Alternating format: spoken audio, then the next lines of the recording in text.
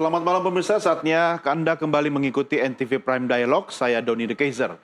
Pemirsa, mimpi Garuda Muda untuk lolos ke babak 8 besar Piala Asia pupus setelah kalah atas Iran 3-0 di laga perdana dan kalah dari Uzbekistan di laga kedua dengan skor 3-1. Tidak hanya itu, kekalahan ini juga menghentikan langkah Indonesia mentas di Piala Dunia U20 2025. Sebagai langkah evaluasi, skuad Garuda U20 wajib melakoni serius pertarungan selanjutnya melawan Yaman di Stadion Pusat Pelatihan Sepak Bola Pemuda Shenzhen Rabu esok waktu Tiongkok. Kami ajak Anda untuk membahas kesiapan tim Garuda Muda kita. Kami sudah hadirkan di studio analis sepak bola Anton Sanjoyo dan juga mantan pemain Timnas Indonesia Octavianus Maniani langsung melalui sambungan Zoom. Selamat bergabung Bung Joy, apa kabar? Baik, Doni. Sehat? Alhamdulillah. Kita sapa Bung Okto. Apa kabar Bung Okto? Siap, kabar baik dari Tanah Papua. Mantap. Ini semangatnya ini yang kita harus tiru ini ya, Bung Okto. Terima kasih Bung Okto dan juga Bung Joy. Sebelum mulai diskusi, kita punya grafis ya tentang klasemen sementara Piala Asia. Kita lihat sama-sama. Iran masih di posisi teratas dengan 6 poin, disusul Uzbekistan dengan 6 poin. Kemudian kita ada di urutan ketiga, masih belum ada poin. Nah, di posisi kunci di grup C, yaitu Yaman sebagai calon lawan kita berikutnya. Oke, Bung Joy, evaluasi dulu dari dua laga. Pertama, kita dihajar 3-0 atas Iran, kemudian terakhir Uzbekistan mengantongi 3-1. Bagaimana? Pertama, Doni, saya harus mengakui bahwa saya salah menganalisa. Kesalahan saya adalah saya menganggap pada usia 20, under 20, itu negara-negara seperti Yaman atau Iran atau Uzbekistan kurang lebih setara lah sama Indonesia. Yang saya bedakan waktu dalam kesempatan sebelumnya, ketika bicara tentang U20, yang saya bedakan tuh hanya negara-negara seperti Jepang, Korea Selatan. Uzbek sudah saya masukkan pada level yang elit. Tapi saya menganggap lawan terberat Indonesia bukan bukan Uzbek, juga Iran. Tapi Yaman saya nggak anggap sebagai lawan yang berat karena saya belum masukkan Yaman ke dalam posisi elit. Kalau ketemu U20 Jepang, Korea Selatan misalnya atau Arab Saudi, saya masih susah nih kalah. Tapi kalau ketemu Yaman atau Iran, saya rasa masih bisa berimbang. Ternyata saya salah. Ini maksudnya level apanya yang mau Anda pertegas, Bung Joy? Jadi kalau kita bicara di kelompok umur, kita tidak bisa membandingkan dia dengan kelompok seniornya. Misalnya Jepang yang senior itu levelnya yang U20 hampir sama seniornya, kira-kira begitu. Korea Selatan U20 19 kira-kira levelnya sama dengan. Tapi kalau kita bicara seperti Yaman atau negara lain yang bukan di level elit Asia, ya kurang lebih sama dengan Indonesia. Tapi ternyata analisa saya salah. Salah karena saya tidak melihat mereka berkembang sedemikian pesatnya sampai pada level di mana mereka hampir sama dengan seniornya. Jadi ketika melawan Iran, wah kayaknya sih bisa nih imbang, tapi ternyata levelnya jauh. Indonesia sama Iran U20 itu levelnya jauh.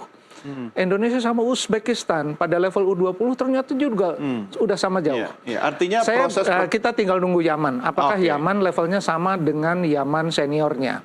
Tapi Yaman seniornya tidak sehebat Uzbek atau Iran. Jadi kalau lawan Yaman mudah-mudahan masih bisa ada kesempatan untuk menang. Kira-kira begitu. Tapi kalau lawan Iran setelah saya lihat kemarin, susah nih. Level 2-3 lebih susah lagi, level senior lebih susah lagi. Gitu loh. Kecuali tapi harapan masih ada. Harapan tentu masih ada.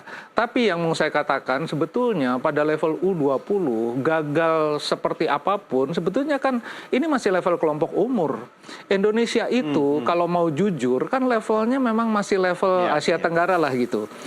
Karena kenapa orang-orang kaget, kita gagal di U20 di Piala Asia ini. Kalah lawan Irak, kalah lawan Uzbek, ya iyalah memang levelnya berbeda, gitu loh. Jadi Indonesia belum pada level itu. sumirnya adalah ketika tim senior Indonesia yang sekarang di putaran ketiga Piala Dunia, itu kan orang menganggap ini, wah, ini harusnya level Indonesia tuh udah seperti yang seniornya. Padahal ini hal yang sangat berbeda. Ada gap ya? Gapnya tuh terlalu jauh. Itu bukan berbeda saya mau dengan ngomong Iran dan ini Uzbek. yang senior ini kan biasnya adalah mereka kan kebanyakan pemain-pemain yang dididik di Liga Belanda, lalu main untuk Indonesia on behalf Indonesia karena mereka punya darah Indonesia dan diaspora lah. Tapi kalau mau kemudian kita beranggapan bahwa level yang 20 sama dengan yang senior, ya yang menganggap itu ya salah lah, blunder lah, menurut saya begitu. Belum sama ya. Belum sama gitu. Artinya kan ada proses ya. Saya mau tanya sama pemainnya, Bung Okto sebagai mantan pemain timnas kita. Catatan Anda melihat 2 laga di mana adik-adik Anda kemudian harus menerima kekalahan atas Iran dan Uzbekistan, itu seperti apa, Bung? Oke, sebagai pemain dan saya melihat bahwa memang kita bicara tentang kualitas. Oke. Kualitas itu sangat penting dalam sepak bola. Sehingga kualitas itu membantu kita ketika kita akan bermain dengan tim-tim yang akan kita hadapi di kancah nasional. Kenapa saya bisa bicara itu? Karena ini saya pengalaman. Kita pernah berlawan Uzbekistan usia 23, kita bisa kasih kalah Uzbekistan di kandang kita. Oh, oke. Dengan materi pemain lokal. Wow. Tahun berapa itu? Jadi kita ya itu 2012. Oke. 2012 2013. Jadi saya lihat ini sudah ada banyak perubahan. Kalau tadi didengar oleh Abang Pakar tadi bicara tentang diaspora. Iya. Itu sangat ya mungkin kita harus kembali lagi melihat bahwa potensi lokal Indonesia tidak kalah jauh kalau saya melihat. Iya, soalnya nggak ada Bung Okto sih ya. Kalau kemarin ikut main kan bisa hajar Uzbek ya. Nah, kalau strategi yang strategi yang kemudian diberikan oleh Coach Indra, menurut Anda seperti apa, Bung? Kalau saya sendiri sudah melihat sangat baik apa yang dilakukan oleh Coach Indra sudah sangat ini. Sekarang kembali kepada pemain-pemain yang sudah dipercayakan. Yeah. Karena saya lihat sepintas saja yang lawan Uzbekistan, gol pertama, gol kedua, gol ketiga itu kan kesalahan pemain. Dan antisipasi pemain sampai terjadinya gol seperti itu. Kalau mereka teliti dan bermain dengan fokus, saya kira golnya tuh bisa diimbangi lah. Oke. Karena kita punya golnya, kita punya proses. Yang gol balasan dari Indonesia kan proses dari build dari bawah. Sehingga kita celah dengan tadinya saya melihat bahwa kipernya tendang bola dari tim kita Indonesia usia 20, ketika buat kesalahan akhirnya counter attack terjadinya gol kedua. Seperti itu. Itu antisipasi mereka. Saya kira seperti itu sih. Yeah. Saya melihat yang tadi. Nah, waktu Bung Okto menghadapi Uzbekistan 2012, 13 tahun kemudian junior Anda menghadapi timnas Uzbekistan yang sama. Tadi saya pinjam statementnya Bung Joy ya. Ada perubahan yang signifikan sebenarnya ya, bahwa bagaimana mereka kemudian bertransformasi. Anda lihat perubahannya apa? Yang Uzbek dulu di eranya Bung Okto sama yang sekarang? Yang sekarang sudah berbeda karena mereka punya usia pembinaan itu luar biasa. Kenapa luar biasa? Mereka mungkin di usia mereka yang muda ketika mendapat kita itu yang waktu kita main 2012-2013 itu berbeda dengan postur-postur mereka.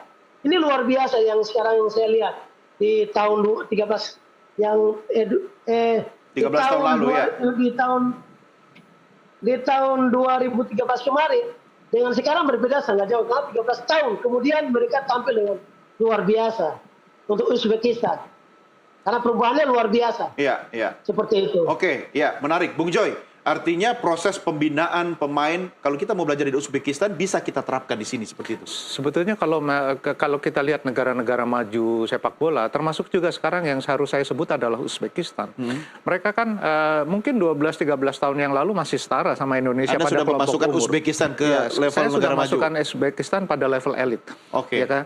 Sehingga kalau kita lihat, pasti negara-negara ini seperti Uzbekistan, Iran, you name it lah semua yang jangan ngomong Korea atau Jepang dulu lah terlalu jauh.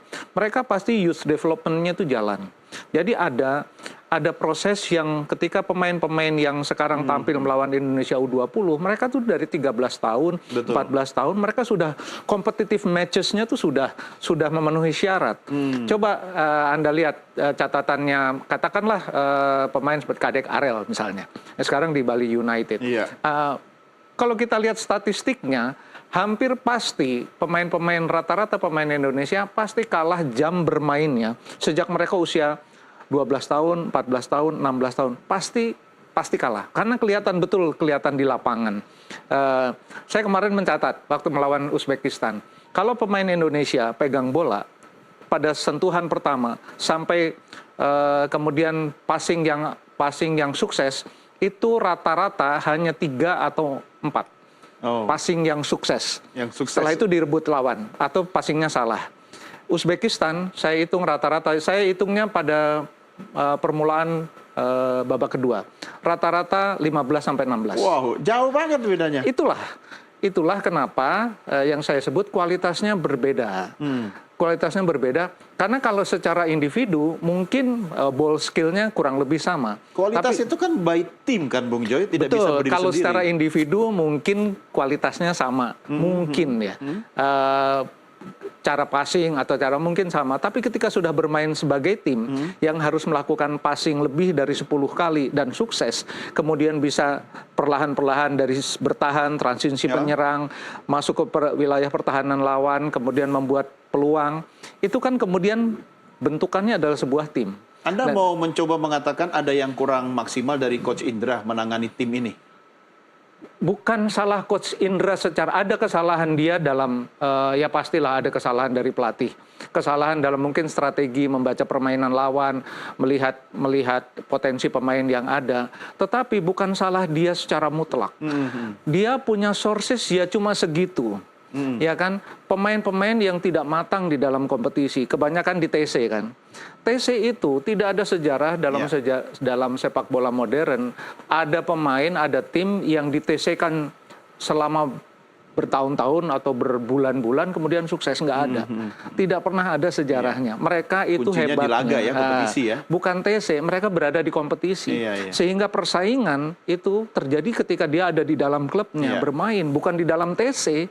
Kalau di dalam TC kan elit, dia udah nggak ngerasa ada saingan lagi, gitu loh. Jadi TC nggak akan pernah berhasil lah. Tapi kenapa dilakukan TC? Menurut saya juga karena memang tidak ada kompetisinya yang betul-betul. Sekarang saya lihat, coba statistiknya. Doni Tripamungkas main 49 kali sejak 2023 untuk Persija. Itu yang paling banyak saya kira. Kadek Arel cuma 20 kalian dari beberapa tahun yang lalu, cuma 29 kali main, gitu loh. Yang lain saya nggak tahu karena datanya sulit saya cari. Tapi dugaan saya memang pemain-pemain yang ada di timnya Indra Safri sekarang, jam terbangnya memang kurang banget di level ketika dia bermain. Ya itu terjawab sebenarnya. Sulitnya adalah ketika dia U20 umurnya 19 tahun, dia masuk tim senior di Bali United atau di Persija. Kurang dipakai sama pelatihnya karena memang terlalu muda. Karena dia nggak punya kompetisi di U21. Kalau dia main di U21, kesempatan dia bermain lebih banyak. Pelajaran yang dia dapat dari permainan lebih banyak juga. Tapi jam terbang memang sangat menentukan, kelihatan betul kemarin. Tapi ya lumayan dong, kita sudah dapat bonus 2 kompetisi kan, 2 laga ini kan. Kalau mau dimasukkan dalam sebuah proses tadi. Betul. Ya kan? Sebetulnya ketika mereka di TC pun beberapa kali mereka kompetitif matches, tapi sifatnya friendly kan. Kemarin pun turnamen, ketika turnamen Trofeo kan menang sekali lah lawan India gitu. Jadi itu sebetulnya juga bisa tercatat. Tetapi memang problemnya adalah ketika pemain-pemain Uzbekistan yang matang di kompetisi ketemu dengan pemain yang tidak punya jam terbang banyak di kompetisi, ya kemudian kelihatan sekali kualitasnya berbeda. Jomplang ya? Iya, jomplang. Oke, ya baik. Bung Joy, Bung Okto, kita rehat dulu sejenak, kita lanjutkan diskusi kita di segmen berikutnya. Pemirsa, kami segera kembali sesaat lagi. Mari kita lanjutkan diskusi kita pemirsa. Sebelumnya kita saksikan dulu liputan yang berikut ini.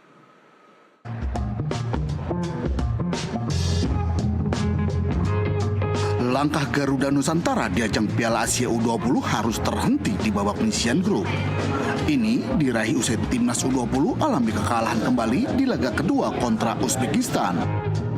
Anak asuh Indra Safri harus menelan kekalahan atas Uzbekistan 3-1 setelah sebelumnya di laga perdana tak mampu berbuat banyak saat menghadapi Iran 3-0.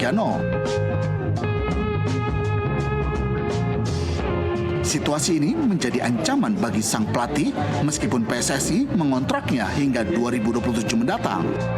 Bukan tanpa alasan, Federasi Sepak Bola Indonesia sebelumnya menargetkan Garuda Nusantara bisa melaju hingga babak perempat final dan berpeluang melaju ke Piala Dunia U20 pada tahun 2025 ini. Namun, kekalahan 0-3 atas Iran dan 1-3 atas Uzbekistan membuat asa timnas U20 pupus meskipun masih menyisakan satu pertandingan melawan Yaman. Hasil ini tentunya sangat mengecewakan semua lapisan masyarakat. Sebelumnya, PSSI telah memberi dukungan penuh kepada skuad Garuda Nusantara dengan melakukan pemusatan latihan di sejumlah negara seperti Italia, Prancis, Korea Selatan, dan Jepang. Namun, performa tim tetap jauh dari harapan. Lantas, langkah apa yang akan diambil PSSI dengan hasil negatif skuad Garuda Nusantara ini? Apakah masa depan sang pelatih Indra Safri menjadi taruhannya? NTV melaporkan. Kalau soal nasib Coach Indra nanti Bung Joy komentari. Saya mau tanya ke Bung Okto dulu soal ini, menarik ini Bung Okto, karena teman-teman pemain-pemain kita ini kan minus kompetisi ya. Jadi TC ada, tapi Anda kan sudah pengalaman. Beda rasanya ketika kita kompetisi laga kurang, kemudian harus berhadapan dengan satu laga internasional seperti itu. Bagaimana catatan Anda, Bung Okto? Oke, memang betul yang tadi dibilang oleh Bung Joy ya, tentang Bung Joy, karena betul kita harus banyak berkompetisi supaya punya pengalaman, sehingga pengalaman itu yang kita pakai untuk bisa ikut kompetisi yang dibuat oleh PSSI untuk kita ikut nasional. Karena yang saya lihat bahwa kompetisi kita di Indonesia sangat minim. Iya. Yang tadi dibilang oleh Bung Joy sangat benar. Tidak kita semua langsung dapat panggil ke TC, terus kita langsung ikut turnamen Asia seperti begini atau piala usia 23, itu harus kita punya kompetisi yang ketat. Jadi kita sudah punya bekal untuk bisa persiapan untuk bisa bermain di level-level seperti ini. Emang dulu di zamannya Bung Okto banyak kompetisi nggak? Banyak kompetisi, Bang. Kita punya usia, itu banyak kompetisi kita punya. Contohnya di Papua, usia dini dan usia produktif itu kita punya banyak kompetisi. Ini pengalaman kita punya jam terbang, itu yang membuat kita percaya diri untuk bisa bersaing dengan tim-tim yang di luar, pemain-pemain dari luar. Seperti itu. Artinya memang mental pemain itu beda ya. Kalau yang mental pemain terlatih dengan kompetisi sama yang enggak. Iya, sangat beda jauh, karena kita tahu bahwa sekarang kan akademi dengan agenda-agenda kayak seperti Elite Pro. Jadi yang tadi dibilang Bonjai benar, ketika dia ke klub, pelatih asing tidak mungkin kasih kesempatan dia bermain. Karena dia masih muda, itu sangat benar. Karena itu minim pengalaman. Karena kalau kita punya banyak pengalaman, kita bisa banyak bicara di setiap kompetisi. Oke. Bung Okto, kalau Bung Okto lihat dua laga terakhir lawan Uzbek sama Iran, kira-kira junior-junior Anda itu yang punya potensi jadi bintang di masa depan siapa? Kalau saya minta maaf, saya tidak terlalu ikuti untuk usia 20 yang itu turnamen seperti yang Piala. Saya lebih fokus ke senior saja ya? Iya, dan saya fokus ke senior karena minta maaf. Saya kalau untuk masa pembinaan karena ya saya lihat bahwa kita punya pembinaan ini terlalu cepat karena tidak ada kompetisi di bawah.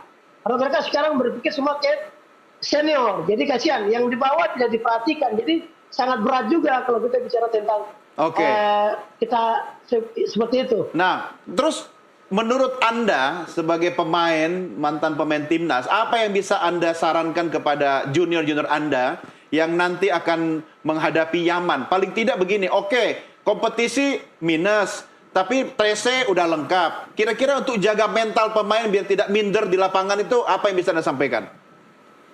Kalau untuk saya punya pribadi sebagai pemain, cintalah Garuda yang di dalam dada. Karena itulah harga dan martabat kami. Jadi mereka harus punya mental yang kuat, berani dan tetap mengambil keputusan untuk Merah Putih. Main dengan semangat, tetap punya gobrak yang semangat sehingga Merah Putih akan berkibar di kancah Asia atau internasional. Oke. Seperti itu. Amin. Bung Okto, ini kan peran coach pelatih kan sangat penting ya. Tapi kan komunikasi antar pemain itu juga penting. Nah, bagaimana menurut Anda agar timnas Garuda Muda kita ini membangun komunikasi yang efektif? Karena hitungannya kan sepersekian detik kalau sudah di lapangan itu. Kalau saya sebagai dulu jadi pemain dengan pelatih, diberikan kepercayaan dari pelatih kepada saya, itu bagian dari mana tanggung jawab sebagai pemain yang membuat supaya kita menjaga kepercayaan pelatih kepada saya sebagai pemain. Yeah. Itu kembali daripada pemain, sehingga komunikasi itu kita bisa menjaga dengan kita punya komunikasi dengan pelatih. Jadi ketika kepercayaan itu datang dari pelatih, saya siap untuk bertanggung jawab apa yang diberikan dari pelatih untuk saya sebagai pemain. Seperti itu yang bisa saya sampaikan. Oke, baik. Saya kembali ke Bung Joy. Tapi itu semua yang dikatakan Bung Okto itu karena memang terlatih dari banyaknya kompetisi. Betul. Karena kompetisi melahirkan mentalitas pemain yang Betul. lebih Karena dia kuat ya. diasah sejak usia muda. Katakan pemain yang paling menonjol di U20 sekarang ini, Doni Tri Pamungkas. Dia sudah berkompetisi sejak usia 12 tahun. Iya. 14 tahun ikut saya kompetisinya di Liga Kompas. Makanya Jadi beda ya. waktu usia 14 tahun dia paling tidak dia sudah bermain 30 competitive matches paling tidak. Karena dia bermain di satu level kompetisi. Di 16 tahun saya tidak mengikuti, tapi dugaan saya dia terus jenjangnya. Entah di mana. Karena memang record seperti itu kita kan lemah. Yang saya tahu yang kompetisi yang saya bina di Liga Kompas. Dia ikut di Liga Kompas. Dia punya karpet merah masuk tim senior. Kalau dia mempertahankan kinerjanya bersama Persija, dia bisa selalu jadi starter karena dia paling banyak kalau nggak salah di U20 selalu jadi starter, terus dia meningkatkan performanya, postur tubuhnya juga dia tinggi, cuma kurang ototnya aja, kelenturannya dan macam-macam. Kalau dia tingkatkan, saya rasa dia karpet merah ke yang senior. Tapi dia harus lewatin U23 dulu. Karena menurut saya kalau di U23 juga mandek, di senior juga tidak akan banyak bisa berbuat banyak. Bagaimana supaya di U23 dia pada usia sekarang dia harus jadi starter terus paling enggak, atau jam terbangnya di Persija atau dimanapun dia berada, dia harus tetap tampil prima terus. Kenapa yang saya bilang pemain-pemain yang dari usia 12-14 tahun itu kemudian progresnya berbeda? Karena dari usia 12 dia tahu Sabtu Minggu dia main, hari Senin dia nggak boleh capek-capek. Hari Selasa dia harus latihan, hari Rabu dia latihannya A, B, C, D. Hari Kamis dia istirahat. Jadi dia tahu, karena dia berkompetisi, bukan ikut turnamen yang 2 minggu kelar, gitu loh. Jadi dia tahu bahwa saya harus jaga kondisi. Sudah jadi karakter. Sudah jadi habit. Sudah jadi habit, bukan cuma di lapangan, tapi juga gaya hidupnya sudah jadi habit. Karena dia besar di kompetisi, bukan di turnamen, gitu loh. Atau, bukan karena dia memulai lebih dini. Ya, kalau dari roadmap-nya FIFA atau AFC kan memang harus dimulai pada usia 10. 10 ya? 10, 12. Jadi jalurnya itu 10, 12, 14, 16. Kemudian masuk yang 18, masuk yang kalau di sebutan AFC itu pra senior. Gitu pada usia 18, 20.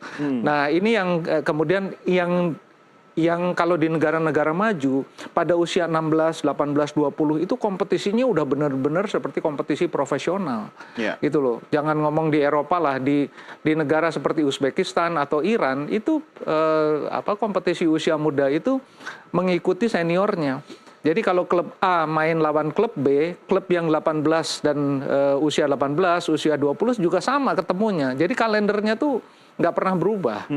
Jadi semua progresnya anak-anak usia 18, 20 sampai dengan 23 itu terpantau terus oleh federasi karena mereka punya sistem yang sudah jalan. Nah, Indonesia kan nggak punya sistem itu gitu. Nah, sudah ada EPA sih sebetulnya, walaupun dengan banyak kekurangan, sistemnya bukan sistem kompetisi, masih sistem turnamen, tapi sudah dimulai oleh PSSI dan itu harus dilanjutkan dengan banyak sekali perbaikan. Ya, saya yakin tim yang ada sekarang, timnya Indra Safri itu belum mengalami yang namanya EPA ini. Jadi memang kalau sudah ada mungkin juga terbatas. Jadi jam terbang mereka secara kompetitif matches memang kurang, gitu loh. Jadi nanti mau pelatihnya siapapun pasti problemnya akan menghadapi hal yang sama. Jam terbang atau apa? Jam tanding ya? Jam apa sih jam istilah terbang buat lah istilahnya. jam terbang buat pemain bola apa paling pas itu? Ya menit bermain ya.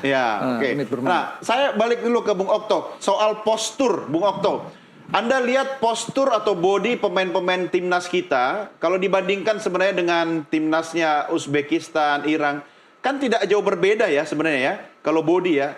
Nah, itu bisa jadi masalah nggak sih? Atau kalau menurut Bung Okto, gimana cara pemain itu harus punya strategi efektif untuk menghadapi pemain-pemain negara lain yang mungkin postur atau bodinya lebih besar daripada bodinya timnas kita? Gimana, Bung? Kalau saya sendiri pribadi bahwa kualitas pemain itu dia harus punya mental yang kuat. Tidak mau kalah, tetap mau fight. Ketika dia fight, tidak mau kalah, pasti kita bisa mengatasi tantangan itu. Buktinya, contoh tidak mau jauh, saya punya pribadi.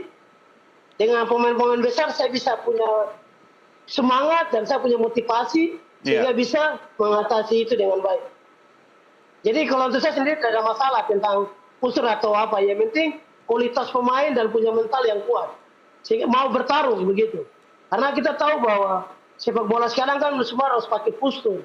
Harus begini, harus begini. Padahal sebenarnya tidak juga kembali daripada pemain itu, pemain tersebut itu sendiri. Mau nggak? Dia mau nggak seperti itu. Kalau saya sendiri kualitas ya bicaralah kualitas dan mental. Itu aja sih yang bisa saya sampaikan. Iya, ini bukti langsung nih Bung Okto ya. Nggak masalah yang kita lawan itu bodinya lebih besar, yang penting semangat kita harus lebih besar gitu.